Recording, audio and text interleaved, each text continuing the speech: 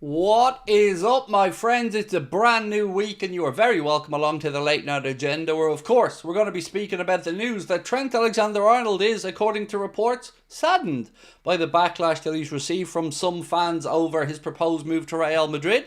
We're also going to be discussing Liverpool's striker search and who's the realistic name there, as well as of course looking ahead to what is a massive return to Premier League action for the Reds on Wednesday night, Merseyside derby.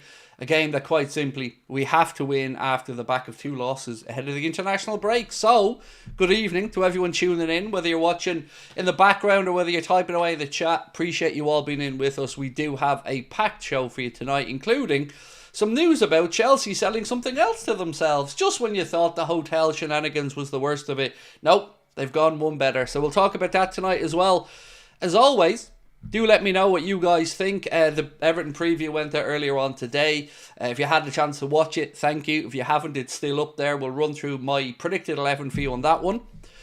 I don't see Chiesa starting on Wednesday, said Hayden. Well, Hayden, he has been seen playing in a central role in training today. Anfield Sector posted earlier on to say Chiesa taking shots from some central positions in today's training. So, I don't know, mate. I don't know. I'm not saying it is going to happen, but if you think about it logically, I think it makes the most sense. Now, some people in the comments for the preview got upset with me and tried to make out like I had some anti-DIAZ agenda, which, for the love of God, is hilarious. But I just think it makes sense to give Chiesa a run. We know that Darwin's off. We know that Diogo Jota is not in form. So it comes down to, do you want to go with DIAZ, who hasn't scored in 14 or 15, or do you want to go for Chiesa, who has something to prove? I know which one I do, but ultimately it comes down to Arne Slot, and whoever's out there on the pitch, of course, will get right behind the lads. Apparently we should have scared Saka is back. Yeah, I'm terribly scared about that when Saka's back. Too late, but you know, look, for Arsenal fans, Saka being back is good, of course, with the quarterfinal of the Champions League coming up against Madrid and whatnot. But again, if you're an Arsenal fan, you're thinking to Arteta, don't be rushing him back. You know, you don't want him getting injured again by being brought back too quickly or played too soon. Steve Aldersey said, I love that Federico Chiesa wants to be here. Same. It means a lot to me as a fan. And by the way, on the Diaz thing, I love Lucho. I've said it many times. I think he's a very good player, and I think I wouldn't be rushing him out the door either. So I've no problem if Lucho does start with the central. But like, we got to be honest about this and say that's not his natural position. His natural position is wide left. And between him and Cody Gakpo, I'm easy about who the manager wants to use there. But we got to stop shoehorning people into positions that they aren't their best in. And Chiesa, and I know this surprises a lot of people when I say it, but the majority, or the position he played in most at Juventus, was through the centre. He describes himself as a winger, but he looked pretty comfortable there when he came on in the cup final for me, so I'd be playing him out there. Right, loads to get through, and I'm going to start off with something that we kind of discussed very late in the stream last night. And that's news coming from the Mirror, who state that Everton are considering a surprise £25 million move to sign Liverpool winger Ben Doak, who's currently on loan at Middlesbrough. 19-year-old is impressed for Scotland during the international break, and of course, it's no surprise that they'd be interested. He's a fine young player. Maybe he won't make it at Liverpool, but it kind of just got me thinking, should we be open to more business with Everton? I would say yes. If you look at other leagues, you see Inter and AC Milan doing business together, so why not? If he surplus to requirements at Liverpool, and I believe, according to the information I have, that he is, well then if Liverpool put a price tag that Everton are willing to pay, I personally wouldn't see a problem with it. Nor would I see a problem with Liverpool maybe trying to go in and get Jared Branthwaite in the future. But, you know, that's wishful thinking on my part. So let me know what you guys think. Would you have any issues with the two clubs doing business together? It's happened in the past, although not something that happens too frequently. Sonny, how are you, my man? Said, I don't understand why Trent is saddened by the backlash. He shouldn't have signed for Madrid and betrayed us then. I will always see Trent as a traitor. So, for me, Sonny, I'm with you with the I don't understand the surprise by the backlash, but I wouldn't be calling the lad a traitor. I just wanted honesty on the situation. For me, personally, and of course, bro, I can only speak for me, I just look at it as in, right, we know what's happening now. Let's move on. For me, the more important conversation here is not whether Trent's saddened by it or not, because tough, really. For me, the important conversation is who plays at right back for the rest of the season. It looks as if Trent is going to be out until the end of April, according to some reports today, and Conor Bradley's back training. Probably comes a little bit too soon for Wednesday, but you'd have to say Bradley will be in contention then for the weekend. So, for me, just trying to be bluntly honest about it, I look at this situation and feel disappointment with Trent for deciding his future lies away from Liverpool. I've got no issue saying that, but I've no hate towards him, no vilification towards him. But I am a black and white person in these issues, and I look at it and I think, what's the point in playing Trent when he's back fit? At that point, in all honesty, we'll be very, very, very, very close to winning the league, or it's already done by the time he's back at the end of April. So play Bradley. Give Bradley every game possible between now and the end of the season. Gives Arne Slot a chance to have a look at what the future in that right back position may look like. It gives the players a chance to start building relationships with Conor Bradley, which can only benefit us going into next season. And it doesn't have to be a situation where there's resentment or hate towards Trent. But the club, in my opinion, need to start focusing on what's best for Liverpool right now. You know, they've done their best to protect Trent and keep the eyes off him, banning questions about his future and stuff like that in press conferences. So now it's time for everybody to be a little bit selfish. Trent needs to come out, address the situation, have his say on why he's deciding to go. Now, until we get that confirmation from Trent, there's more and more Liverpool fans starting to ask, well, is it definitely done? You know, has Trent had a change of heart? I don't know the answer to this, but every day I'm waking up and I'm reading more articles. Today I read one from John Aldridge speaking about Trent's future being away from Liverpool, and it does very, very, very much look like that's done and dusted. So for me, I don't have any hate towards Trent, but I also don't have any wish to play him when we don't have a future together with the club. That's the way I look at these things. Jeremy said, how could we get a report that the man's being sad but nothing about him wanting to stay? So this is always the case for me, Jeremy, with modern footballers is everybody's happy to take the positive PR. Everybody's happy to make money off the local boy and all the other stuff. But as soon as it comes time to holding somebody accountable for their decision making, all of a sudden the rules change. And we're not supposed to be in any way critical or upset by a player leaving the club. And leaving the club for free.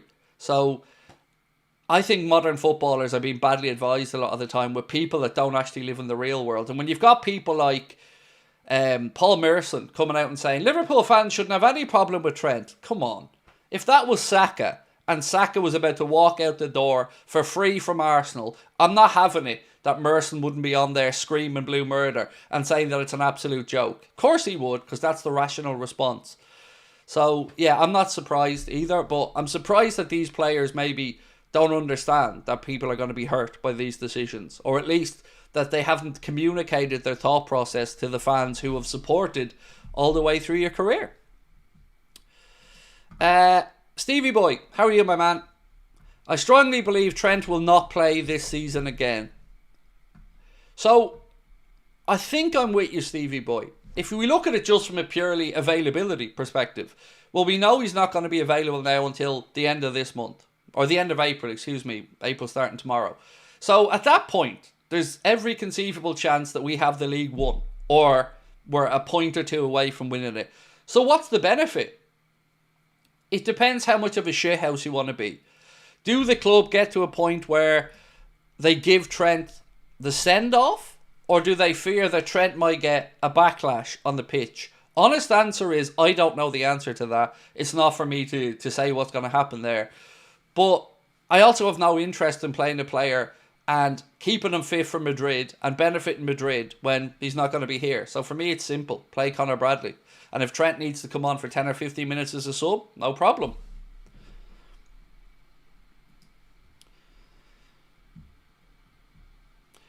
Colin said, Craig, I don't feel critical about Trent leaving. I just don't give a shit. And look, that's cool as well. I've tried to be as open-minded with this whole Trent situation as I can be, Colin, and saying things like, it's not for me to tell you or anybody else how to feel. Which is also why I don't like Merson and others trying to tell us all how to feel. This isn't a one-size-fits-all situation. This is a how does it feel for you situation. And maybe your initial reaction is anger or frustration, and maybe over time that wanes down a little bit and you feel a little bit more understanding of it. Either way, it is your duty and right as a fan to feel however you want about these things. David Massett, how are you, bro? Said, I would start Bradley because he'll run through a wall for the team. I don't think Trent will run through a wall now he's off to Madrid. He won't want to get injured. So, I do agree with you on that side of things, David. I've mentioned this a few times throughout the season. But most importantly, and just looking at it from a purely selfish perspective for Liverpool, I don't see the upside of playing Trent again. Bradley is going to be the future, or at least part of the future, and I think it would be incumbent upon Arne Slot and the players to get to know Conor Bradley a bit more on the pitch, to build up those relationships, so that if we start next season with Conor Bradley at right back, well, he's got repetition. Salah knows what to expect from his movement. Szoboszlai knows what to expect. That's the way I'm looking at it. Nothing about hate, nothing about anything other than what's best for Liverpool Football Club. And maybe if the league title race was a bit tighter, I might think, okay, well, we need Trent. I think with 5 wins needed from 9, we don't need Trent at this point. So look after number 1, which is the club. At least that's the way I look at it. Right, what else have we got? So much to get through tonight, by the way. I want to go back to talk a little bit about the situation with Ben Doak. So let me ask this question. 1 second.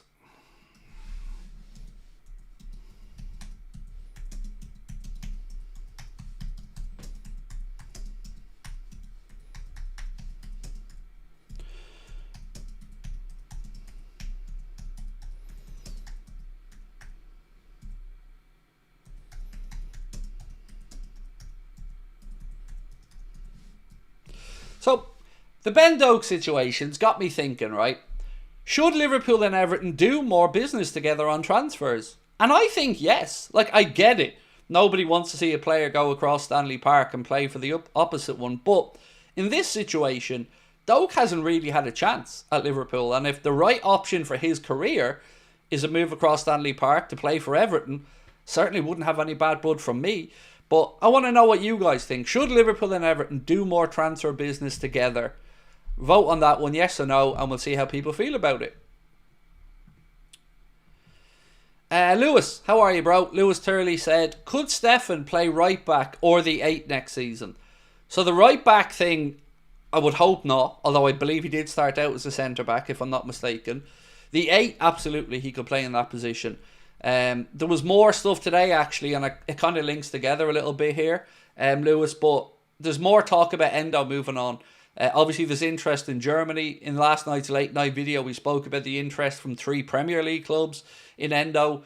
So, if he moves on, I think, if we lose 2 midfielders, so let's say we lose Endo and Elliott, for me, that's when I want Liverpool to bring in another body. If we only, let's say, moved on Endo and the manager wanted Bajcetic to be the extra body, I have no problem with that whatsoever. Lewis said he's very versatile. It cannot just be me, Lewis, whose brain immediately started thinking about the bird's eye potato waffle ad there. Because whenever I hear the word versatile these days, that's where my brain goes. It's bird's eye potato waffles. They're waffly versatile. They go with eggs in, eggs on, bacon, lamb chops, grill 'em, bake 'em, fry 'em, eat 'em, bird's eye potato waffles. Maybe I'm showing my age there, but that's what I think of when I hear the word versatile. I guess I think about food probably too much, which won't come as a surprise to you. What about Trey Neone? Good shout, Coach Bill. Look, Trey, it's just a matter of whether they feel now is the right time for Trey or whether he needs one more season or a loan. Personally, I think a loan for Trey, or Trey Morris as we give him his full name, I think that would be the best path forward. Make sure he gets a good season under his belt, repetitive minutes, because there's no doubt about the lad's quality. He's brilliant. It's just a matter of, I guess, making sure that the pathway for progression's there. And I think with somebody like Trey, the easiest way to do that is get a full loaned season from somewhere higher championship, lower prem, and just watch him develop for the year. You've been on the wacky backy again. No, I never do, mate. Never until at least 11 p.m. at night. Never touch the stuff during the day. But you know, I can't lie. When I hear versatile, that's where my fat ass's brain goes. Craig, respectfully, why should we give these lot anything? It's like doing business with the Manx. But we're not giving them anything. That's the whole point, David. Like, as an example, I'd love a world where Liverpool could realistically go and try to sign Branthwaite from Everton.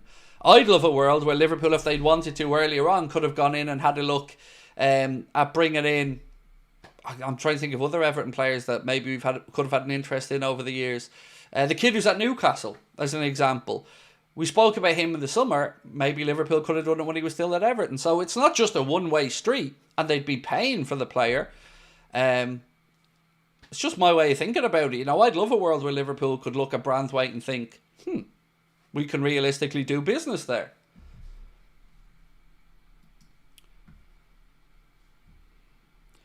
Mohammed, how are you, bro? Said, hello. Are both Salah and Van Dijk on a leave or stay? I don't like how unclear things are. So, right now, Mohammed, it feels to me very, very, very much like they're both going to stay. I mean, I would put it at about 90 to 95% that they're going to stay. But I'm unsure if we need absolute clarification on the Trent situation before Liverpool actually put those contracts down and get them signed. Or are those contracts now, as per reports, already being increased for Mo and Virgil? So we should expect news soon. I think it's not without the realms of possibility that the Trent situation and their situation are kind of linked, and we just need clarification. But right now, mate, I certainly feel very confident that they're going to stay. Sam Wildridge said, agree on Doak, but put a buyback clause of 50 million. It's really weird though, Sam, because I never understood why I was hearing so much about Liverpool not believing Doak's going to make it. Like a couple of journalists I spoke with throughout the year, the impression was always that the club believed that, I can't think of a better way of saying this, but basically like they're fattening him up to get ready for the feast. So they're putting him out there on loan and they're just going to flip him and make a profit on him. You look at him and you think there's a player in there. There's a really good player in there. So, you know, I'd have no problem keeping him either. But if the club firmly believe that there's no future there, then I know, maybe cashing in is the right idea.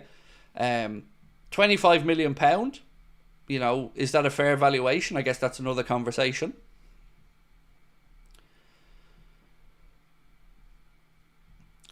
If Jude Bellingham was playing for Liverpool and Real Madrid made an offer for Trent, do you think Trent would leave? No idea. I don't know how close that relationship he has with Bellingham is, John, to be honest with you, mate. You know, maybe we'll hear from Trent eventually of the thought process why he may leave.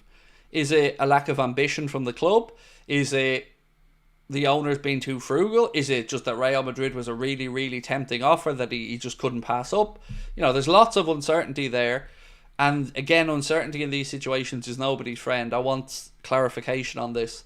So look, I want to read this out to you really quickly, because just when you think Todd Boehly and Chelsea have found all the shenanigans that they could, no, there's another one. Chelsea have actually sold their women's team to themselves, much like the hotel. So this here said, the women's team was sold from Chelsea Holdings to Blue Co. And this is absolutely fine, by the way, because remember, Premier League clubs voted to leave this in and allow clubs to do this. So Chelsea have basically just sold their women's team from one of their companies to another one of their companies, like the hotel, and that's fine for PSR calculations, apparently. They're going to run out of shit to sell. Or are they just going to keep selling them back and forth, by the way, between each other or something? I don't understand this nonsense, but it just feels very weird. Mark's just sent me on something that I did have in my notes, actually. We got a confirmation earlier on about Liverpool's pre-season plans, so we can now officially confirm what I've been saying to you guys for a few months, that Liverpool will be over in Asia for the pre-season tour this season. I'm just trying to get the notes up here from the club. 1 second. Where is it? Where's the notes on this one? Nope. Nope. Nope. Nope. Nope. Sorry, I'm going through all my notes trying to find the right note, and I don't seem to have it here. Where's it gone? Da-da-da. Sorry, bear with me. Still scrolling. Liverpool did confirm today, anywho, that they are going to... Oh, here we go. So Liverpool head back to Asia for this season's pre-season tour, playing against AC Milan in Hong Kong, in China, before a first ever summer visit to Japan.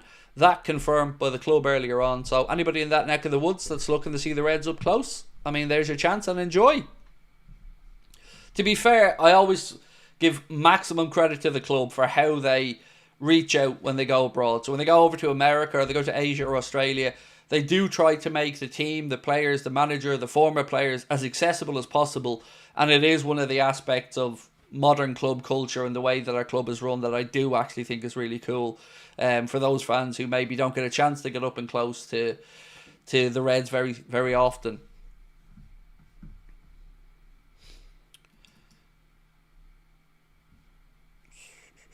Somebody said, is there any news on Angelo Stiller? Not really. I have a little bit on Hugo Larsson that I'm putting out in the late night video later on, but not really seen anything new on Angelo Stiller. I think he does have a new release clause in his deal that he signed. It's Stuttgart, is that right? I think he signed a deal with a release clause in it. Or, sorry, a newer release clause.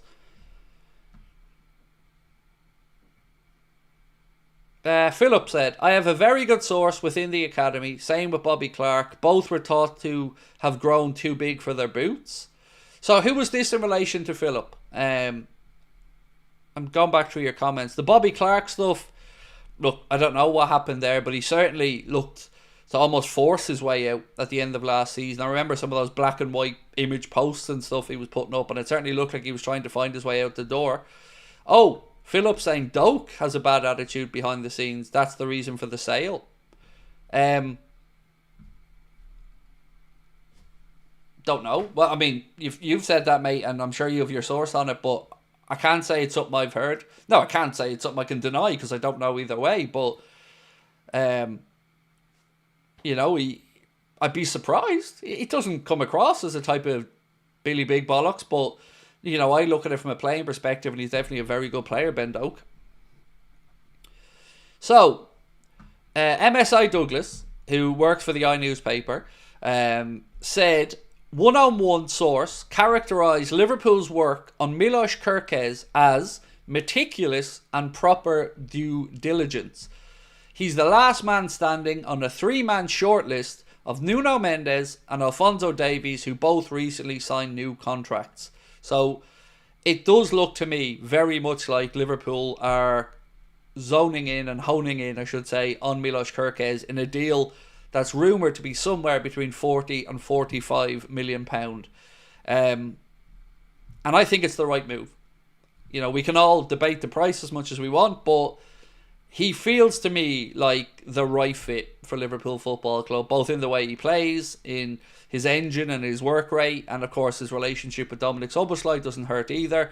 And anything that I've heard from speaking with Bents or any other Hungarians who know a lot more, always sing the kid's praises that he's just destined for big things.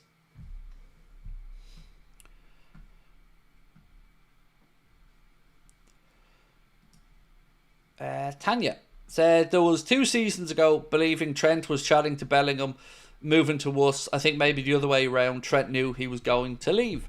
So definitely has been a lot of talk, Tanya, as I'm sure your good self is aware, that this was in the works for a few years. I mean, some people go back as far as Trent's last contract renewal, where the story goes that the club wanted Trent to sign on for 5 years. Trent was only willing to sign on for 4 years.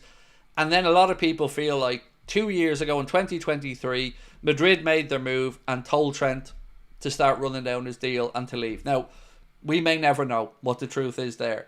But ultimately, what we have seen happen is Trent knock back every offer that the club have put forward to him for various reasons. Some of it to do with, you know, not knowing who the coach is or Jurgen leaving and all this other stuff. And I've always warned that this, to me, is a dangerous game that the club are going to regret.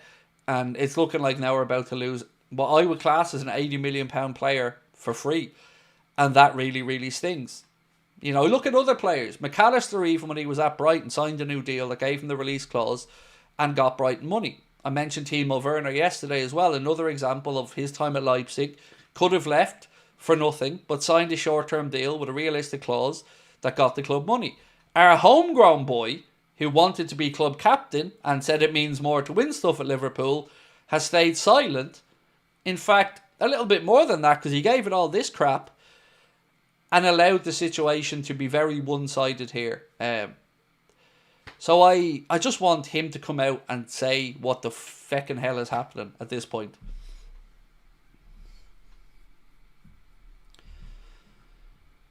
Is there any news on the Núñez situation? Well, only... No, yes and no. He's gone. I mean, that's one thing I can say to you. It'll be just where he goes. So... One poster on X actually put up something that I think is very interesting. You may know him if you're on X. A guy by the name of at the Cop HQ, Spy and Cop, said, sell Núñez to Saudi for around £60 million, then get Hugo E for a similar price, less wages than Núñez, 3 years younger than Núñez, a typical FSG/Edwards type of signing and scenario. And it is. Now, I'm not saying that is exactly what's going to happen, but I'm already seeing a lot of walking back on the situation with Isak.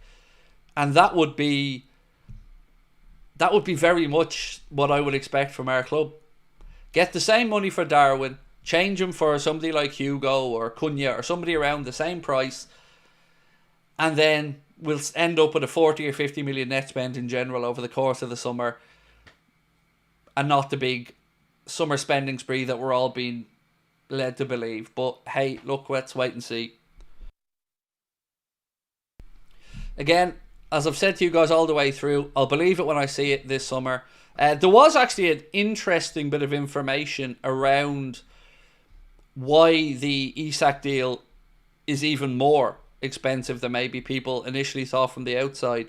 So the Athletic have said that to add more complications to any potential Isak deal, the Athletic report that Newcastle still owe over £30 million on his transfer, and also that Real Sociedad have a sell-on clause. They go on to say that he will be astronomically expensive.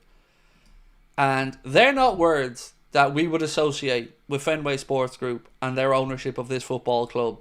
Going out there and buying astronomically expensive players. So I've never believed that Isak was going to be the guy coming through the door. But again, I don't want to go too much in on the owners yet, because let's wait and see how this situation comes out. And look, if Hugo E comes in to replace Darwin for similar money and does better, nothing wrong with that. Genuinely, like, I'm not against good business. And if Darwin was sold for 60 million and we spent that on Hugo and he came in and he did the job, even maybe, 50% better than Núñez, that's an improvement. And I'm not against that. I'm not against the club doing smart business, but I'm still waiting to see this real determination to back the manager properly and win. And to do that, you need a bit of both. Nothing wrong with smart business, but you do need the financial backing as well. Alex Cooper said, how much do you think we will spend and who do you think we'll get? So, off the top of my head, sell Costas for 15 to 20, spend 40 to 45 million on Kirkes. So, about 20-25 net on that deal. We'll bring in Kelleher. That will probably negate the cost of bringing in Georgi Mamardashvili, or maybe make us a few quid, depending on how much. Trent leaving doesn't do anything for us other than maybe free up the availability of wages over the course of the season for another deal. So it depends who else gets sold and who else gets brought in. I mean, honestly, I would be absolutely astounded if we have a net spend of over 100 million quid by the end of the summer, because that would be our biggest ever window. I think 90 odd million is where we're currently at, and that was the window where we brought, and I mean net, so after recouping money. That was the window we brought in Gravenberch, Soboslai, Endo and Maka. So yeah, I'm not expecting anywhere near the amount of money that some people are speaking about, because again, all I can do is talk about what FSG have done since they've been here, and never once have they had this big blowout.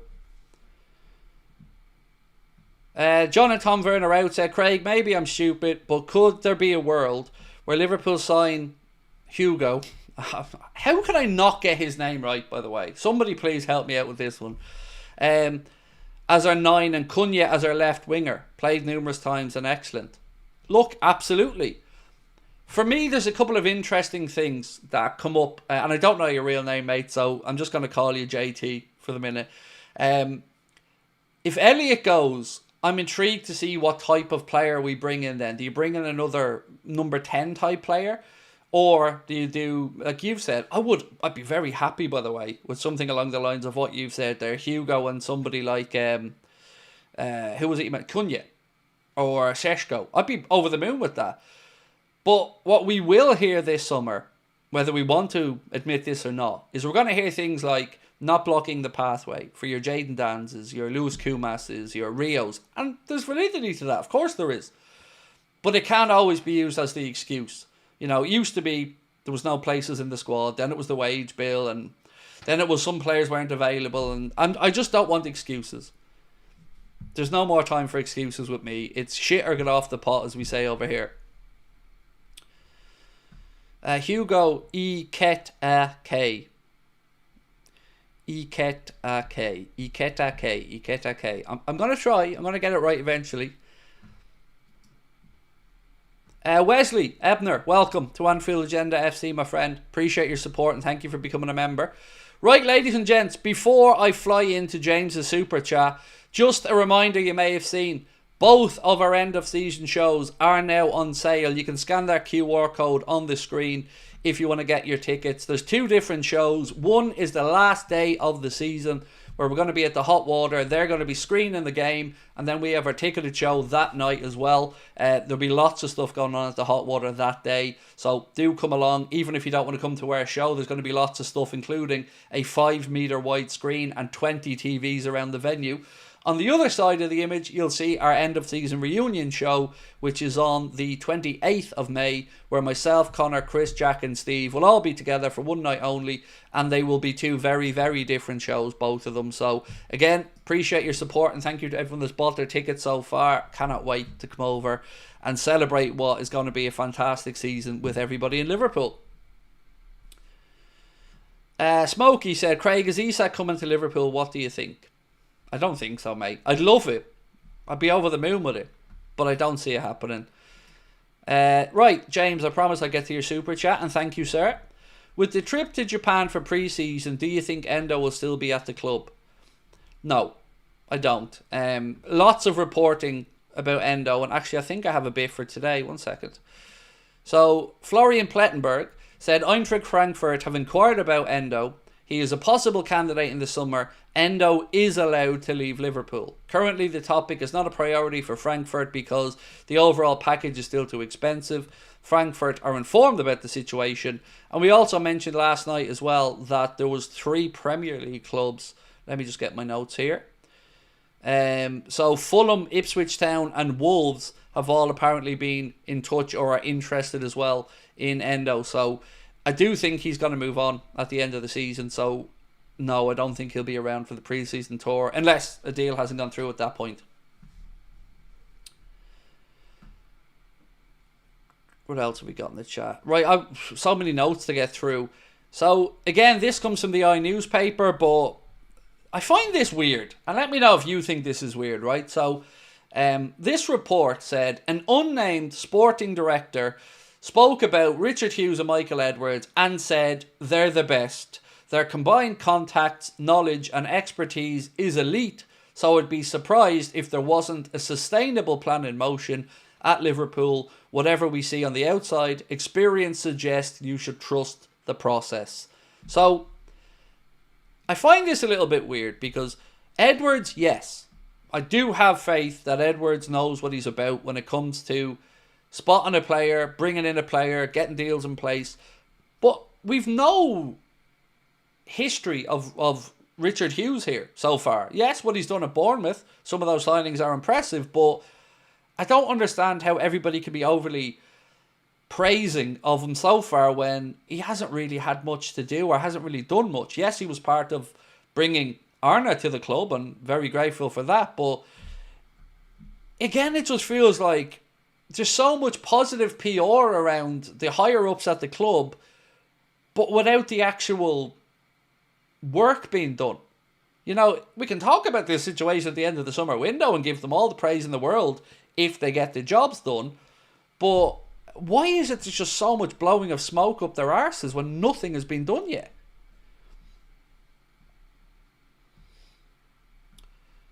Tobias, how are you, bro? Said, who do you think is the most realistic as a striker signing this summer? Julian Alvarez has gone really quiet. I think what that gentleman on X said won't be too far away from what we likely see happen. So, sell Darwin, recoup most of the fee we're going to spend on either somebody like Hugo or Cunha or Sheshko. Somebody around that price point would be my guess. Who I like is, like you've mentioned, Julian Alvarez, Alexander Isak, but you know, the more that each day goes by, the more that this Isak opportunity is looking less and less likely unless Newcastle miss out in Champions League, and even at that, you're still talking about an extremely expensive deal. So, yeah, I would say expect somebody in and around that 60 mark, but open to being wrong on that one. So, we asked you guys, we've had loads of votes on this, should Liverpool and Everton do more business together on transfers? It was close. 54% of those that voted said yes, Liverpool and Everton should do more business together, and 46% said no. And thank you to everyone that took time to vote. Appreciate your feedback. Ian Greenstreet said, Craig, I've seen Cunha wants out of Wolves and he's looking for European football. Yes, and Romano did him dirty. And I said this in our Discord group yesterday. Fabrizio Romano absolutely did Matheus Cunha dirty. Because this is what Romano posted. And Cunha even spoke about how this has been misinterpreted. So Cunha, according to Fabrizio Romano, he posted this. Matheus Cunha, I've made it clear that I need to take the next step. I want to fight for titles. So that's what Romano said that Cunha told Sky Sports. Now this is what he told Sky Sports. I had a lot of offers, but I wouldn't feel well if I'd done it. Speaking about leaving in January. Some things you can't control, but I couldn't leave the club in the middle of the season in a difficult situation in the relegation zone. Now, we're close to achieving our goal of staying up, but I've made it clear that I need to take the next step. I want to fight for titles, for big things. I have potential. That comes across very differently to the snidey 2 lines cherry-picked out of it there by Romano to make it look like Cunha's kicking up a fuss to try and get out. Agree or disagree? Jeremy said they have a PR machine. They do. And lots of the club's PR is done by the journalists who, you know, I'm not even going to mention the names anymore because these little precious flowers are so sensitive that even if I mention their name now, I have to worry about them running off to the police. And that's not even a fucking joke. So I'm not even going to say their names anymore. But let's just say that there's enough of the journalists covering the Liverpool patch who are the PR machine for the club and those at the club that they probably don't even need to hire outside influencers. Just keep all of these lads on side.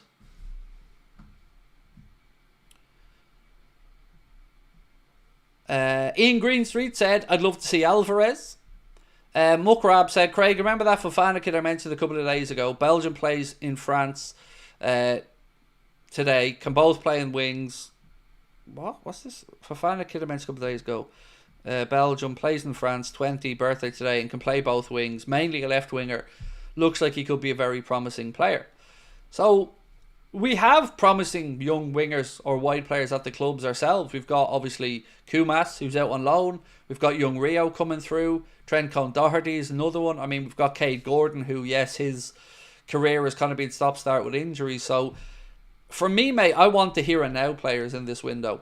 I want the players who are going to come in and be first team starters for next season.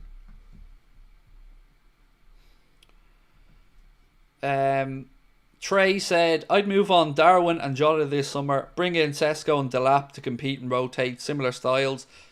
Chiesa would offer something different if needed down the middle.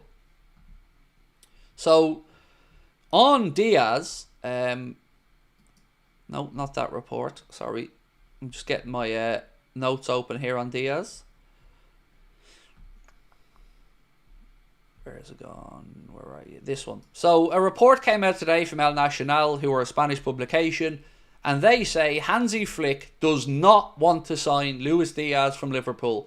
He has vetoed the move that was put to him by Barcelona's sporting director and president. So if Barca interest in Diaz is not there, I don't know who else is going to come in outside of maybe the Saudi Pro League. So for me, like I've always said, I wouldn't be looking to push Luis Diaz out the door. If the right offer came in that worked for everybody, so be it. But I agree with what you've said, and that's the reason I linked this together, Trey. I agree with what you've said. I'd move on the exact two you've mentioned, Diogo Jota and Darwin Núñez, and replace them with two other strikers or two other central attackers. So I agree with you, mate. But you do then have to make a decision on Diaz because he's at that 2-year stage now, left to run on his deal. So Liverpool need to figure out if they want to cash in or renew. And as we mentioned yesterday, reports suggested that there has been no new conversations with Diaz and Liverpool about a deal. Scotty said, Craig, do we know what date the parade is? So, if I'm not mistaken, I believe... English people help me out here, or UK based people help me out. I believe that Monday the 26th is a bank holiday in the UK, I think. So last game of the season will be on the Sunday. I would bet Monday.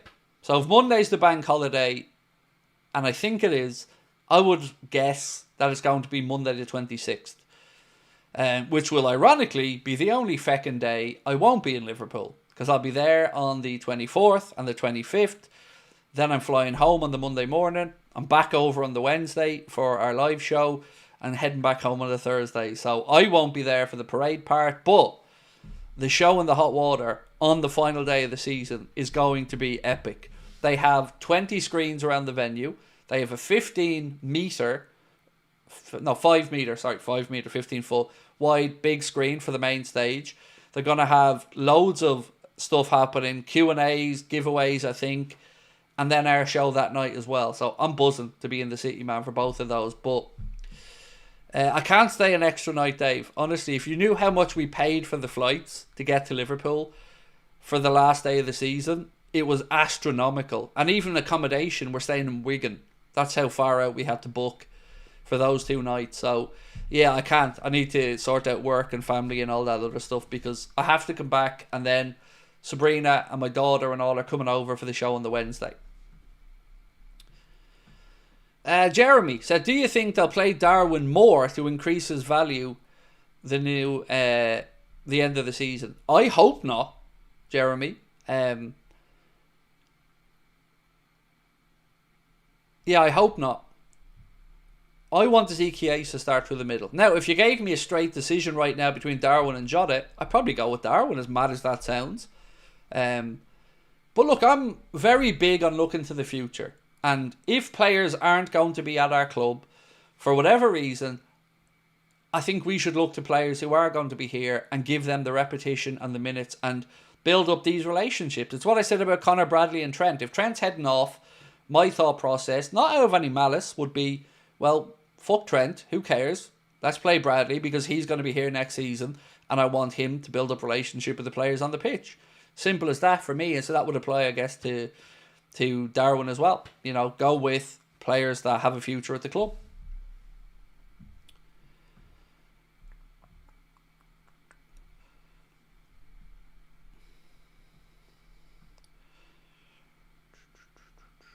Going back to Elliott, said David Lowe, and possible sale, and all the other players that are on the fringe, like Doak, does this seem just like a flash sale that would impact the depth of the squad this season? So, on this one, David, I would say my reading of this would be, this is Arne Slot having assessed the squad. And what we'd seen over the course of this season was that Harvey was unlucky at the start of the season when he picked up an injury, and he probably would have gotten opportunities.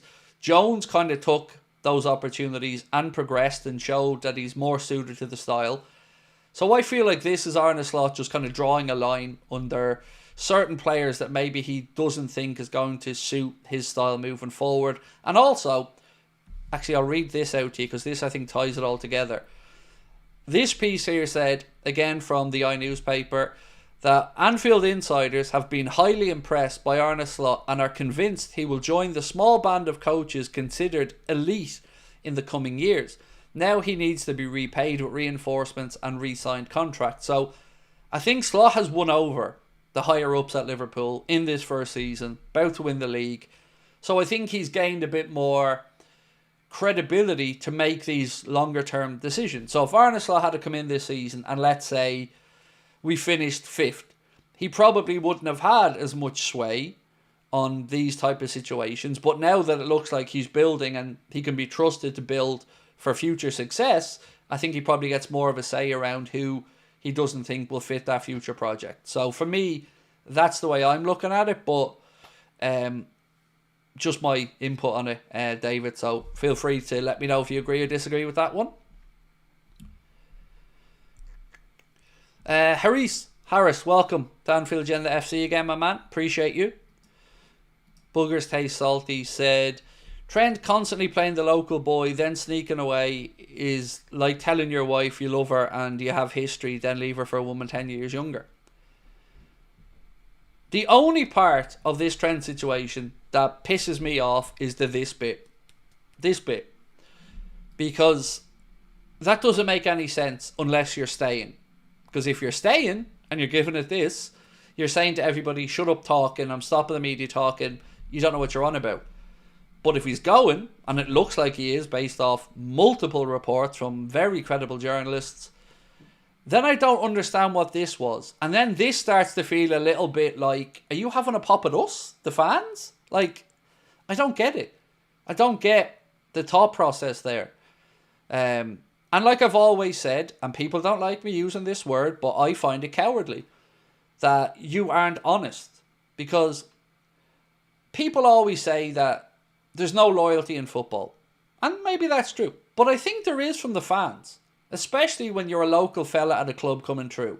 So, players at Liverpool that are local get held to a different standard and get treated differently because they're a representation of their city on the pitch. So if you take all that love and plaudits and everything that comes along with that and then just swan off to Madrid without being upfront and honest with the fan base, I'm not surprised that people have been annoyed by it. Now, some people always go too far with it, but respect is a two-way street. And the fans have always given it to Trent. Others have said he can't defend. Liverpool fans, in the main, have stepped up and defended Trent. But this feels to me very much like he's being ill-advised. And that the reaction that's going to come is not one that maybe he was expecting. And for that, I don't know who the hell's advising him, because anybody could have told the right way to play the situation was when you made up your mind to be honest about it and upfront with it. But it feels like he didn't, because he wanted to drag the season out as far as possible and then kind of swan off at the end without having to hear any booing or anything like that if he's inside the ground. But, you know, feel free to tell me if you think I'm wrong on that. Mark Bell said, I'd sell Jones before I sold Elliott.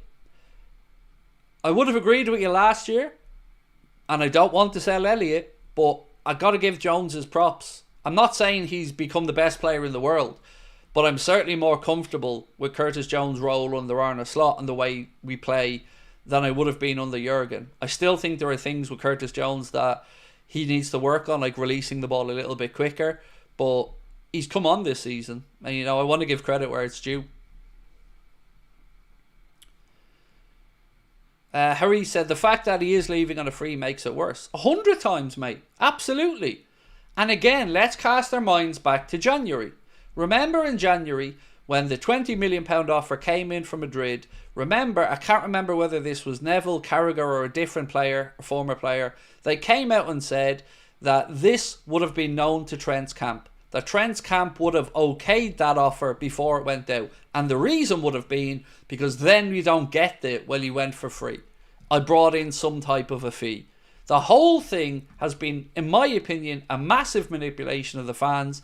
And then when you get called out for it, all of a sudden, the defenders come out of the woodwork to start trying to make out like poor old Trent. I'm sorry. Bullshit. Let's call it like it is. Fans have been manipulated. And the backlash is inevitable. Because you don't play with people's fucking emotions and then think you just swan off with a pat on the back. That's not the real world. Despite how some of these journalists or pundits or former players want to make out, that's not the real world. That isn't it. Fans are emotionally invested in their team and particularly in their local players. So if Trent leaves for free, having spent 18 months not signing a new deal, how are people supposed to feel about that?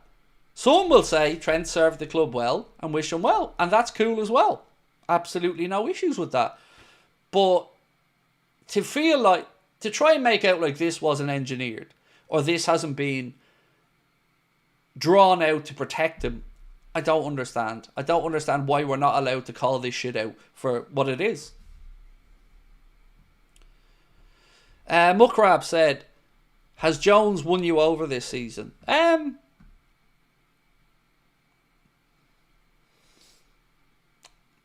He's pretty close to it, yeah. Like, for the first time with him as a senior player this year, I feel like he merits the place in that squad. And probably the fourth midfielder on the list after what we'd all consider the starting midfielders, Gravenberch, Szoboszlai, McAllister.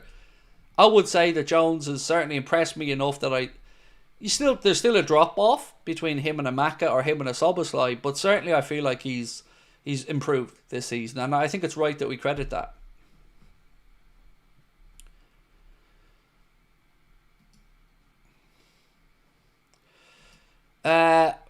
Persian Pride, how are you, my friend? Haven't seen you in a while, by the way. Hope you're keeping well. Said, love LFC before Trent, will love LFC after Trent. Same with me. When Trent goes to Real Madrid, I won't give it a second thought. The only thing I'll think about is, well, who's the replacement and how are we looking moving forward? I won't have any hate for the kid. I will thank him rightly for the nights and the moments that we had, the corner taken quickly. You know, Trent's been a part of our success and he deserves acknowledgement for that. But to say that this situation hasn't been engineered and dragged out, I think that's just wrong. It just has. Simple as that.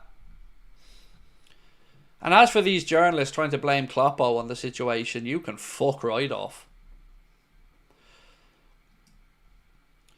Trent was banking on us being shite this season. Look, I don't know whether that's true or not, Mantis, but I'd be a liar if I sat here and said to you it hadn't entered my mind that maybe the success of this season has surprised a few. Certainly surprised us as fans, right? We didn't think we'd be winning the league this year, but I've said something all the way through the last 6 months, and I've said the same thing over and over, and I've said it because I wanted to be able to look back on it and remind everybody. And I've said that he's running out of excuses. The Klopp left excuse is gone. The who's the new coach excuse is gone. The are we going to be competitive excuse is gone. And now there's no more excuses other than you don't want to sign the contract. So I was willing to play coy and allow this situation to develop as a fan, ticking off all of these important moments along the way. And the excuses as to why he was waiting and waiting and waiting, now there is none. For me anyway. David Lowe said, totally agree with your assessment of Sloth drawing the line of the players who don't fit his style. Pity though when we have players like Elliott who not local but wants to play for the Reds. Are you listening, Trent? Look, I love Harvey Elliott, and I would love him to stay. I think he's got a credible attitude. He loves Liverpool as much as we all do. He seems like a really good young man, and I've only ever been impressed with the way he carries himself.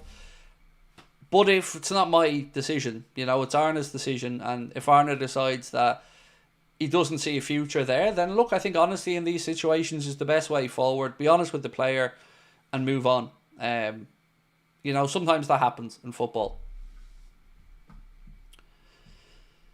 Bransfield said, Craig, would you say Trent is a Liverpool legend? I wouldn't use the word legend, but I would use the word great. He certainly deserves to be spoken about with the players who've achieved a lot at Liverpool. So he's won a couple of European Cups. He's about to win a second league title. He's won League Cups, FA Cups. And that makes you a Liverpool great. But a legend is different. A legend for me is a Kenny Dalglish, a Steven Gerrard. Somebody who carried the club when they needed them and gave everything for the city and the club and put themselves at times second. And I would hold Steven Gerrard and Kenny Dalglish in that bracket, and Jamie Carragher to a lesser extent. Yes, Gerrard left, but he left after Brendan Rodgers basically told him, you're not going to be playing here. And he left after he was put on the bench at the Bernabeu against Real Madrid. So for me, that's the way I feel about it. Trent deserves the recognition as somebody who helped us to bring that league title back, and somebody who had moments that were really important to the team. But all I wanted was honesty, and say I wanted a new challenge. That was it. Not to drag this shit out, and have our club, the club that he professes to love, and I'm sure does love, rinsed in the media by Madrid-friendly journalists and fans and pundits and everybody else talking about what is the most worst kept secret. So let's wait and see. Look, I'd also sit here and say to you, I'd be a liar if I said I wasn't hoping that maybe Trent changes his mind. I don't think it's going to happen, but I'd love it to happen. That's what I want. I'd love to wake up tomorrow and see Trent said, after thinking about all of this and, flirting with the idea that when push comes to shove, like Gerrard and Chelsea, that he couldn't do it and that his heart belongs at Liverpool. I'd love that to happen. But again, us as fans now at this moment in time are still technically in the dark on it. Mark Bell said Trent falls into the Owen category. I'd put him levels above Michael Owen, personally, for a few reasons. One, he won more here with Liverpool. Two, as of yet anyway, he hasn't gone and played for the Manx, and hasn't turned down the chance to come back. So there are reasons why I think Michael Owen is way down that list. And Trent is higher up in. They're probably the ones.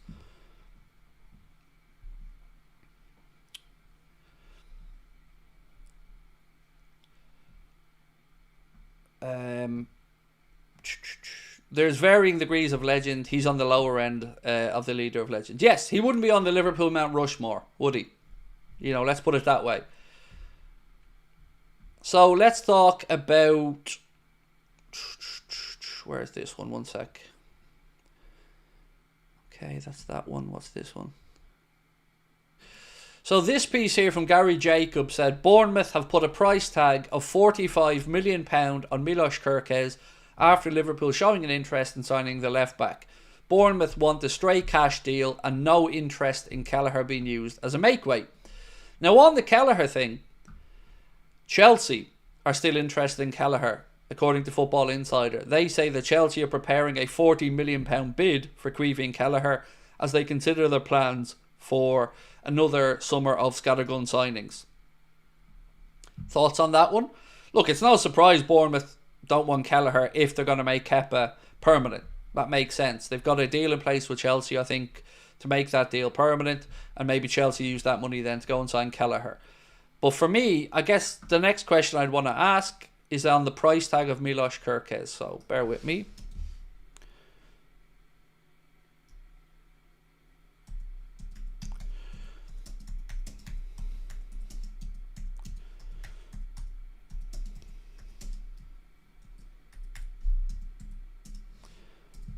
So I'm going to ask, should we sign Kerkez at the £45 million that's been mentioned? Do you think that that's value in signing Milos Kerkez? £45 million. Let me know what you think.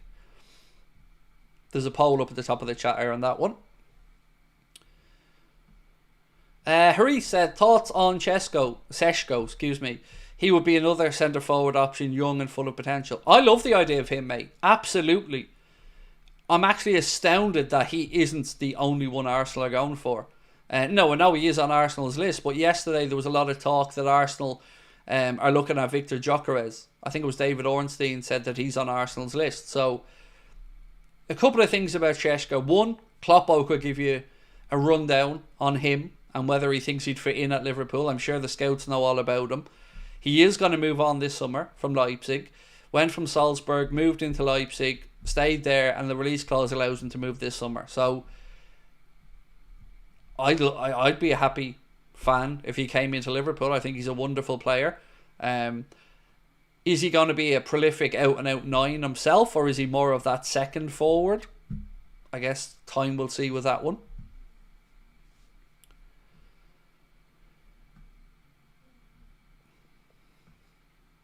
Owen didn't turn down the chance to come back. He asked Carra to ask the manager, Rodgers, and he wasn't interested.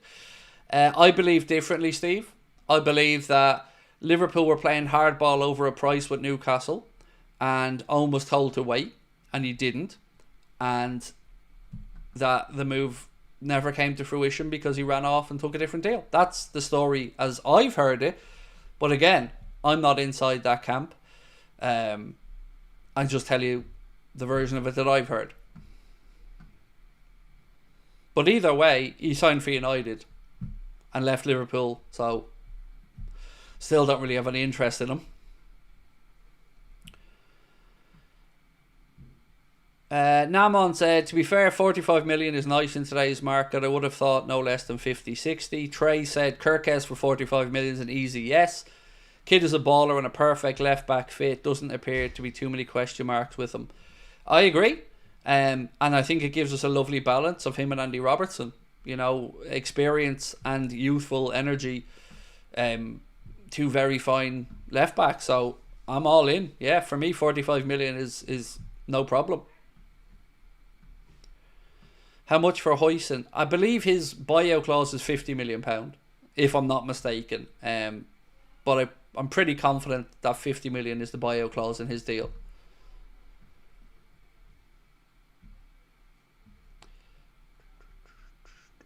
35 million plus add-ons, Jeremy reckons, for Kirkes. It seems that Bournemouth want a straight cash deal. Now, that doesn't mean that maybe add-ons can't be there, but they would have to be, I would imagine, very, very achievable add-ons.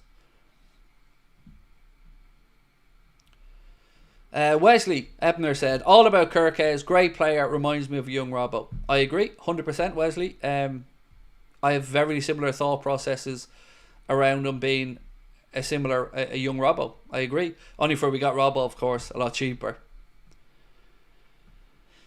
Is it okay with Klopp to privately communicate with Liverpool about getting certain players for RB teams? Well, look, think of it this way. They know he's going to move on this summer. So anybody who's interested in the player is going to have to register that interest with Leipzig. And you would have to say that there's probably a good channel of communication there for Liverpool to speak to Klopp about his thoughts on the player, especially if it's a player that's already going to be moved on this summer. So I wouldn't see an issue with that one. Denny said, what's up with this Barca out of the DIAZ race story if they got no money? No, according to the report today, Hansi Flick has vetoed it. So a report from El Nacional, who are a Spanish outlet, reported by Transfer News Live, said Hansi Flick does not want to sign Luis Diaz from Liverpool. He's vetoed the move that was put to him by Barcelona's sporting director and president. So, there you have it. Look, if I was in his position, I'd probably have done the same. Because Barca have a good young team, and I'd be looking for, I'd be all on Nico Williams rather than Diaz if I was Hansi Flick.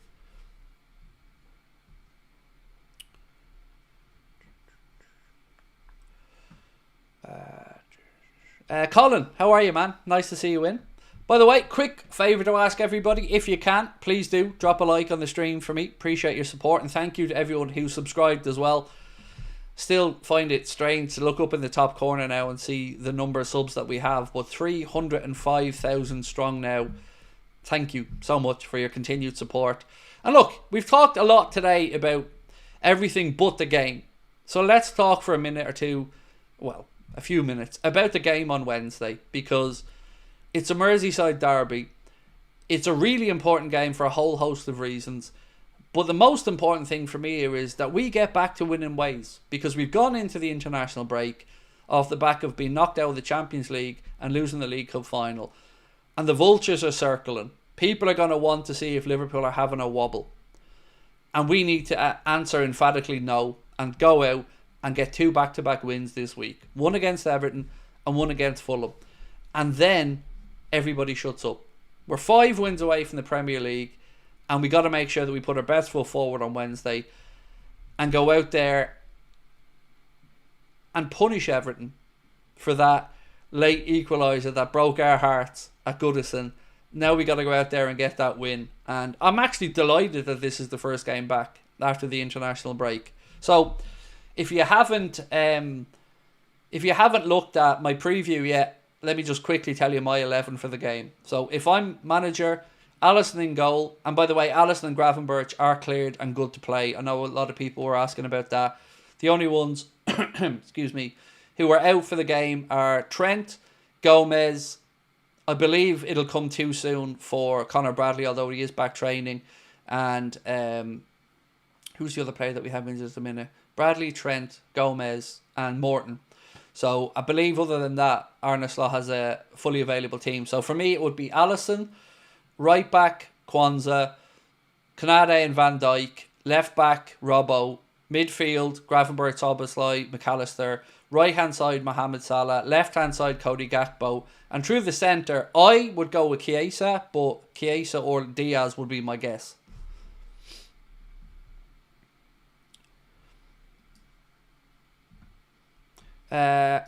Flying Welshman 93 said, I feel we need to get an early goal to settle the nerves. I agree. What we don't want happening here is get to 60 minutes, Everton still dropping deeper, defending, and playing for a set piece moment or something. So 100% agree. Out of the traps, 100 miles an hour. No swapping us around, Virgil. If you win the toss, you attack the Andy Road end in the first half and the Cop end in the second half. That didn't sit well with me that he did that for the PSG game. Dave said, sell Costas, Callagher, Darwin, Jota, fringe players, bring in Miloš, Frimpong, Hugo, Cunha, and I will be happy. I'd say we need a centre back in there as well, Dave, for me. Right now, Konate, Kwanzaa, Gomez, Van Dijk isn't enough. I think we need another option. I'd like to see us maybe accept an offer for Joe if he wants to move and bring in Huijsen or somebody else there, because we got to start to look past Virgil van Dijk. I don't want him going anywhere for at least 2 more years, but we do need to start to look to the future, and you know, a future pairing of Huijsen Konate or Huijsen Kwanzaa or Kwanzaa Konate, you know, to have those 3 ready for the future, I think would serve us well. Haddo is certainly still in the mix, Namon. Kind of gone a little bit quiet in the media, but again, if anybody's going to know about Haddo, it will be Arne Slot, obviously, who would know all things Eredivisie, or Eredivisie, excuse me.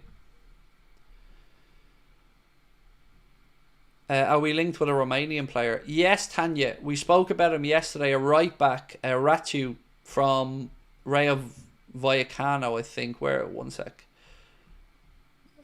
Where's me now? Yeah, this guy here.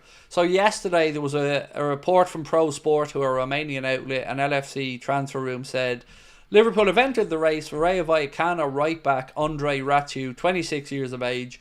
The Romanian defender has a £20 million release clause, and Rayo quickly told Liverpool that if they want to sign him, they'll need to pay his full clause. Now, I don't know whether there's any truth to this or not, but I will say the idea of a 26-year-old, along with Bradley, I could see sense to that. You know, a more established player there. Maybe not the number 1 if both are fit. Maybe that falls to Bradley, but good experience cover in case Bradley's injured.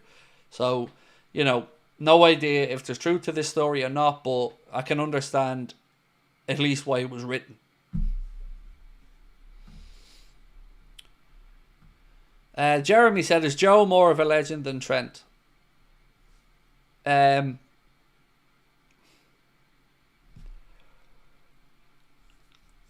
No, I would say. But look, love Joe Gomez. But no, not for me. Because I don't think he's ever really got enough of a prolonged run in recent years. He's been more just a very, very good, versatile defender for us who has filled in admirably whenever needed.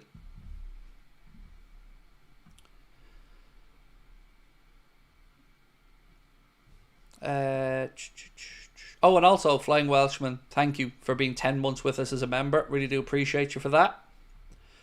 Neil said another cup final for Everton. Yeah, but God, we need to beat them, Neil, don't we? You know, they beat us at Goodison last year.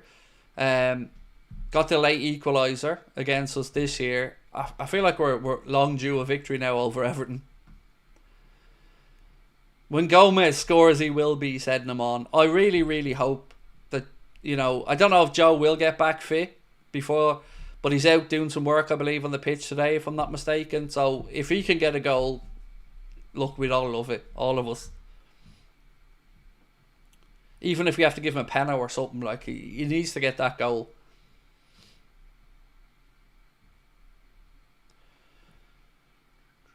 Colin said, do we really need cover for Bradley? I'm happy with Gomez to cover. I would still question the availability options. Like, I would still say they are two players that have injury history. And with Gomez, it's been really unfortunate and there have been some serious tough injuries for him. But I wouldn't feel comfortable going into next season with just those options at right back. I feel like, again, as fans here, we're almost preconditioned to think what's the bare minimum we can get away with, rather than what's the best we can do to sort that position out. Now look, if there is a potential upside of the Trent situation, it's that there should be a good pot of wages there that the club can put into amortising a fee across 3, 4, 5, 6 years, whatever it is, for the next signing. David Lowe said, my concern next season is not going to be the quality of players we get, but are there going to be so many that we have to blend and play the Liverpool way? That's why I think it's so important, David, that Mo and Virgil stay. Because if Mo and Virgil are confirmed as staying, I think the summer looks a lot less daunting. It's a case of then really just adjusting what's there, maybe adding in one more. So you got to get a right back. Trent goes. No surprises there. Left back looks like a situation we're close to resolving. Midfield, I guess that's still up in the air till we know what's going on with some of the personnel. And then up top, we know we're going to look to move on Darwin and bring in somebody else. So I think if you get Mo and Virgil signed up, the summer becomes a lot less daunting than the idea of maybe trying to replace your captain and your best centre-back, your biggest goal scorer, and all the other stuff. That to me seemed just too much to do in one window. So I feel a lot more relaxed. Well, I feel more relaxed when they're actually signed and unveiled as signing new deals. But right now, I think it's looking at a lot more achievable than maybe the worst case scenario that could have happened to us.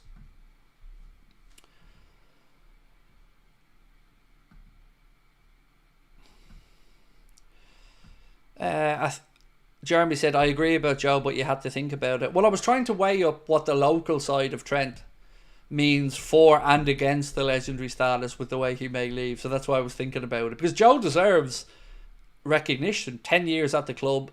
A very good servant. A very professional player. Versatile as hell. Never let you down. No issues with Joe Gomez whatsoever. Only will ever think fondly of him. David Massett said, I think we still need a playmaker. Well, that could be where the Elliott transition is. So if we sell Harvey Elliott, as has been reported that he's available, then maybe yes, you look to a playmaker. Now, there's been mixed reporting whether Cherky is somebody Liverpool actually have any interest in or not. I've always been dubious about that one, but I don't know. And other than that, yeah, look, I wouldn't say no to another playmaker, especially with Trent's ball striking and passing ability departing us. I think we can end the poll we put up, by the way. I asked, should we sign Kirkes at £45 million? And look, it's 92%. I don't think we need to wait for this to get to 1,000 votes. 700 votes cast, and 92% of people say yes, it's worth £45 million. And thank you to everyone that voted there. I had wondered whether some people maybe thought it's a little bit too high, but I would have liked it at the 40, but I'm not going to cry arse over 5.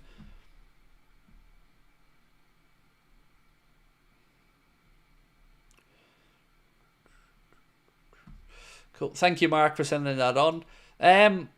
So who do you guys think is most likely to be the forward? I'm not going to put this to a poll or at, and I want you to just put names in the chat. Who do you think will be the Darwin Núñez replacement? Not who do you want, but who do you think we will see come through the door in the summer to replace Darwin Núñez? I'm really interested to see what people think is realistic.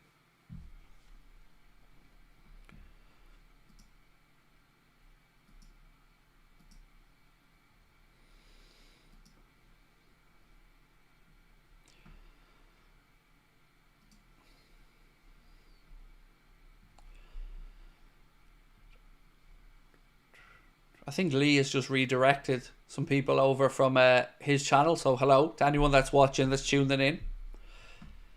Right, so let's go through some of these options. Tanya said Šeško. Trey said Šeško, or Sesko, excuse me for mispronouncing. Delap for Stephen Chenton. Namon said Cunha. Flying Welshman said Isak or Sesko.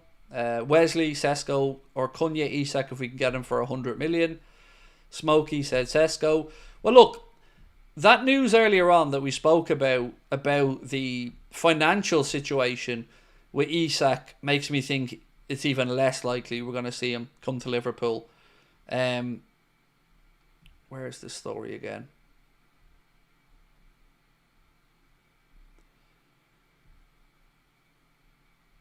Sorry, I'm still trying to find this second story. Where are we? Nope. Yes, this one. The Athletic said, to add more complications, any potential Isak deal, it's reported that Newcastle still owe £30 million plus from the signing of him from Real Sociedad, and Sociedad have a sell-on clause. They say he will be astronomically expensive. And the words astronomically expensive and FSG don't really come into my thinking. Hoarder said Darwin out, Isak in. Honestly, mate, I think if you were to ask me to give you a percentage, I would say I'm less than 10% that we sign Isak. Now, that's just opinion. I don't know what and you don't know. But as a fan, I'm certainly not sitting here expecting Isak as much as I'd love him. Or Alvarez as much as I'd love him as well. I'm fully expecting the kind of spending that you guys are in the chat there, your Cunhas, your Delaps, your Sesko, that's kind of where I'm at as well. Maybe even your Hugo, you know, all in and around that 60 odd million mark. Joshua said, Craig, did you see that FSG want to buy Malaga in Spain? Yes, we spoke about it yesterday. I think it'd be a good move. You know, we know that they want multi-club model. We know that they looked at a club in France, didn't work out. We know they looked in Brazil, I think, as well. It's not just Liverpool's owners that are looking at Malaga. I think it's also Paris Saint-Germain's owners. It's complicated. That club is owned by two separate groups. One with 51%. I think Altani, the current owner, 51%. And then there's 49% owned by a hotel chain / investment company or something. And they do have administrative issues. So I think it'd be a good move, though. Like, Malaga are a club that back in, I think, 2013 or so were a Champions League club. Now they're down in the bottom half of La Liga 2. So, as a club, they've brought through good talent over the years. And I think if you're looking for a feeder club or a club that maybe you could send out young talent to, or, you know, bring players to Europe and have a look at them, you know, if you can get Malaga back up in a year or two into La Liga, it will become a very good investment. And obviously it's a very... I think it's the most populated part of Andalusia, if I have my geography correct there with Spain. And I think it'd be a good idea, personally. David Massett said, our owners are too cheap to get Isak. Well, I agree, mate. You know I agree, David. I just don't see them spending 120 million plus pound. Malaga don't own their own stadium, though. I know it's owned by the city, but it is being redeveloped, I believe. And there was a similar situation with the club in France that FSG looked at. But look, if you have the licensing of the stadium for whatever amount of years from the local government, I don't think it really is a major issue, personally, because this isn't going to be something that I think maybe in 10 years' time, if they've got Malaga back up in La Liga and going in the right direction, maybe you can look to buy it off the local authority. I don't know. But certainly it hasn't been something that's put off interested parties here between Paris Saint-Germain's owners and FSG. And there was talk that a delegation from FSG went over to Malaga in February to have a look around the facilities and, you know, check the place out and do their due diligence.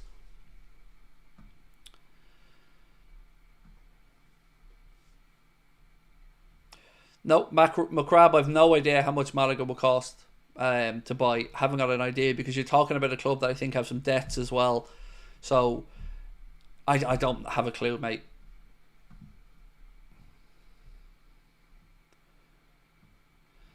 Joshua said, that's a nice perspective. Maybe we could get a couple of South American wonder kids. Exactly.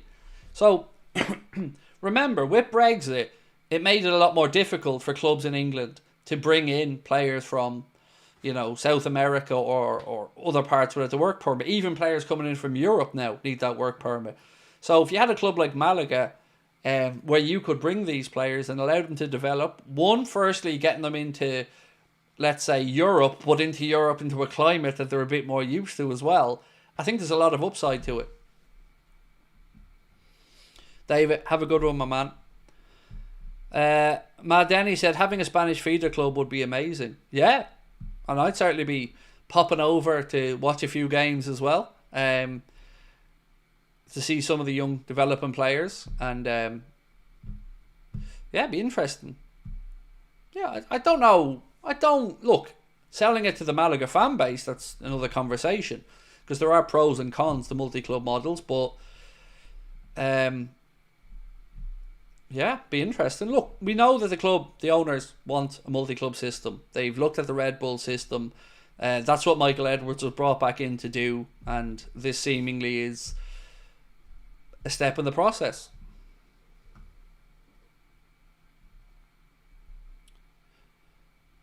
Jack said, people are sleeping on Gyökeres. I'm from Coventry. I've seen him play in person so many times. He's amazing, but I understand why people don't want the risk after Núñez. You got to include the age as well, Jack, in there for Gyökeres. Is he 26, heading for 27 as well? You know, you couple that age with, as you've mentioned, the risk of him never really showing he can do it in a top league, as much as he was really good with Coventry and as much as been brilliant with Lisbon. You know, I think after Darwin, like you've mentioned, man, I just can't see it being a viable option for us. But it will be interesting if he goes to Arsenal to see how he gets on, because there's no denying the man knows where the goal is. Jack said what I said above. Right, let me scroll up, Jack, and find your comment, mate.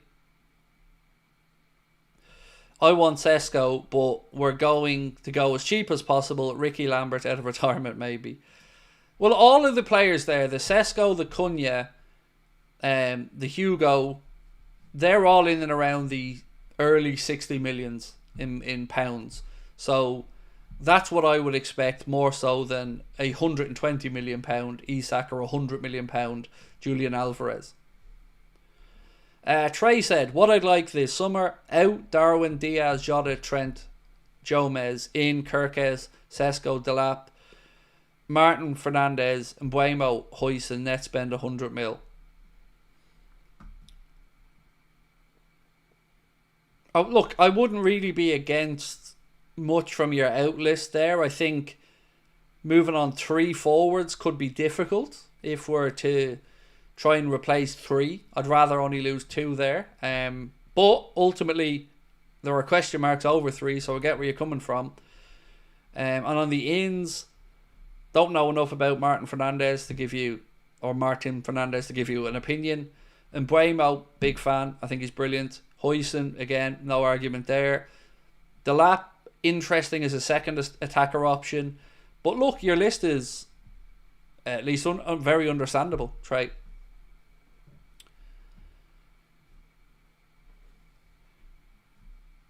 Joshua said, I think it's 2 years for them to get Spanish citizenship. There you go. I won't even pretend to know, mate. But look, if you're bringing over, let's say, an Argentinian, and you want them to have a couple of years in Europe, at least moving them to a climate like Malaga would be a bit less of a culture shock, maybe, than dragging them straight in and sending them out on loan to, I don't know, if we can pick a team, I don't know, Sunderland, let's say. Right, so we've got about 15 minutes left on tonight's stream, so do get your comments in before we finish up. Don't forget, we're going to have a news video coming out at about 11:15 as well, where we're going to be discussing Hincapié, more about Ekitike. We're going to be talking about Nico Schlotterbeck from Dortmund, and we're also going to be talking a little bit in this video about Hugo Larsson. So keep an eye out for that one. I always make sure I save back 2 or 3 topics for that late video, so when I'm giving the recap to everybody, there's also an incentive there to get some fresh news in as well, so you don't just think I'm rinsing and repeating the same stuff. And also then, tomorrow, 2 bits of content coming out. We're going to have a 4 o'clock news video and a late night agenda stream tomorrow night. Then, of course, Wednesday, it's match day, and I cannot wait. So what are we expecting against Everton? Give me some early score predictions before we finish up tonight. We've about 15 minutes to go. I'm sticking my neck out and going 2-0 to Liverpool against Everton on Wednesday. And thank you, by the way, to everyone who did watch the Premier League predictions video. It's a slow burner, but I'm enjoying making them, so do check them out if you get a chance. And also don't forget, if you want to come to either of our 2 end-of-season shows, one on the last day of the season and one on the Wednesday, May 28th, both at the Hot Water Comedy Club, you can get your tickets with the link pinned to the top of the chat by scanning that QR code on your screen right now, or by checking out the Hot Water Comedy Club website. Both shows are all ages, both shows are priced at £20, and I can't wait to come over and celebrate in 2 very different ways with everybody over the course of that week. Dave said, Craig, if you want to go to the parade, you can crash at mine for a few nights and stream and meet the family. Appreciate, that's a very kind offer, Dave, thank you, but I have to get back home because I got to work for the channel as well. So, you know, a couple of days away like that and then back over. So yeah, I've got to do work on here as well from here at home. But a very kind offer, mate. Thank you. I will probably take you up on the edibles offer, by the way, for the Wednesday show, Dave, or certainly some herbal infusion, shall we say, for the Wednesday show. Not for the other one, because I'm flying home early the next morning.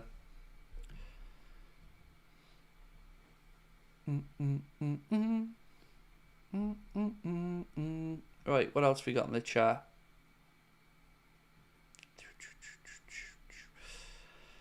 Boeing Zibadee's gone 3-1 to Liverpool, 1-1 for Colin. Oh, don't be doing that to me, Colin. I can't be having a draw. Smokey's going 2-0. Do you reckon Arsenal will win tomorrow? Yeah. I think I went 2-0 for Arsenal as well in my predictions, but I do. I think their manager will be an idiot if he puts Saka straight back into the team from the start, but yeah, I do think they'll be Fulham. And then I think we do our job on Wednesday, and then we're one step closer. David's going 0-0. Lads, I'll be heartbroken. Honestly, it's been a tough international break because obviously we got knocked out of the Champions League and lost the cup final, and we've dwelt on that and felt that pain over this international break. For me, this is the perfect way to come back, beat Everton, win the Merseyside derby, one step closer. And also, the players have had a bit of a rest, right? So the players that were playing internationals, they've had about a week now, give or take, to be back at the club and prepare for the game. So there's no excuses for us starting slowly or not going out there and being at it from minute 1. Trey said 2-0 to Liverpool with a Maka goal. Mad Denny going 2-1 for us. Oh, also, to the people that are watching that don't have a membership and can't comment, we are going to have one show every week where we're going to turn member-only chat off so everybody can comment. I'm just trying to figure out what the best day for that is going to be.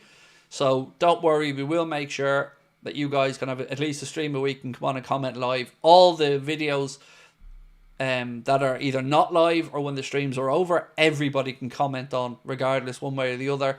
But it is something that's in my thought process. And I have to say, one, thank you so much to everybody who stuck with us. And I think it's worked. I think it's made the chat what we'd hoped it would. So appreciate everybody who stayed with us, become members. I think the chat has improved a lot because of it, especially on match days. But, you know, your feedback is always welcome. Joshua said, our players will be fired up for sure. They want to get revenge for that Oliver disaster class. Trey, have a good one, my man. David Lowe going Liverpool 3, Everton 1. Tanya, Liverpool 3, Everton 1. Wesley, Ebner going 3-0 to Liverpool. Salah, Szoboszlai, Gakpo. So I'm going to stick my neck out for my 2-0 Wesley and go Maka and Salah for the goals. Jeremy said it seems less toxic for sure. Yeah, and do you know what was really interesting? So we broke our viewership record for a watch along. We had 15,500 people live in the chat when the chat was on member only. So that to me was a big relief because I was worried. You know, you put the chat on membership only, you don't want people to go away. You don't want people to feel like you're trying to push them away. But people understood my thought process. I'll always respect them for that. And the channel has kept moving forward. So thank you to everyone for your understanding on it. It wasn't done for a financial benefit.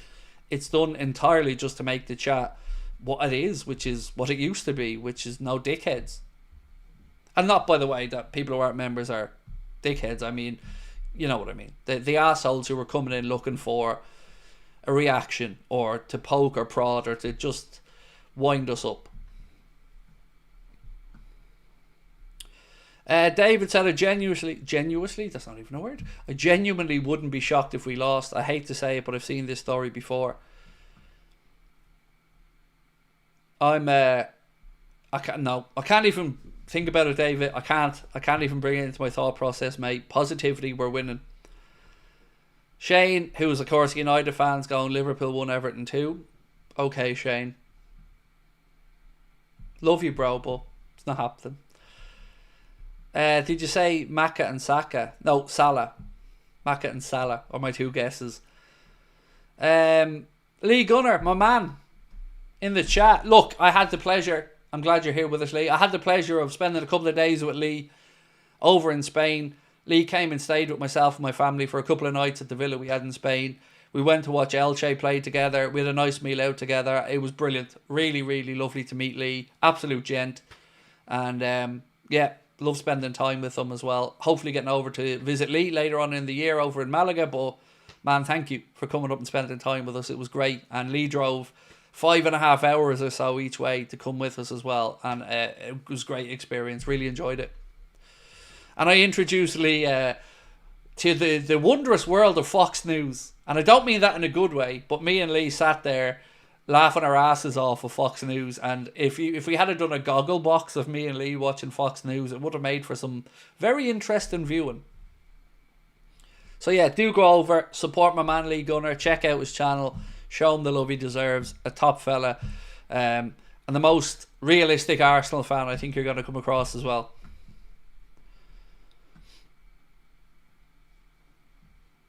Lee said, loved it, man. Great guy, great family too. Fox News, lol. You know, do you know what though? We got to see two amazing goals at Elche. I mean, if Messi had scored the first goal Elche scored in that game, it would have been all over the news. But it was brilliant. Have to say, first time going to a La Liga 2 game. Elche Stadium was great. The fans were great. The locals were great. The football was great. And it was something I'd want to do again. Really enjoyed it.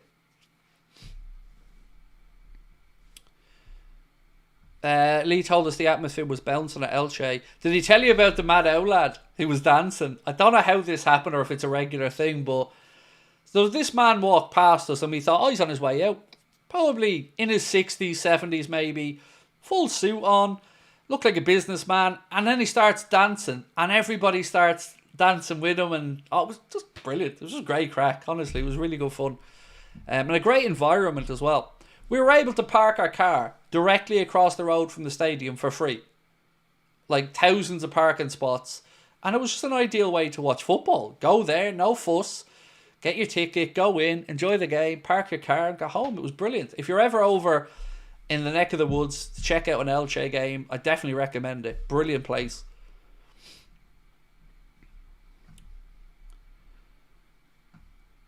I wonder what Lee's opinion on Lego Head. Super Mick is what he calls him. Super Mick.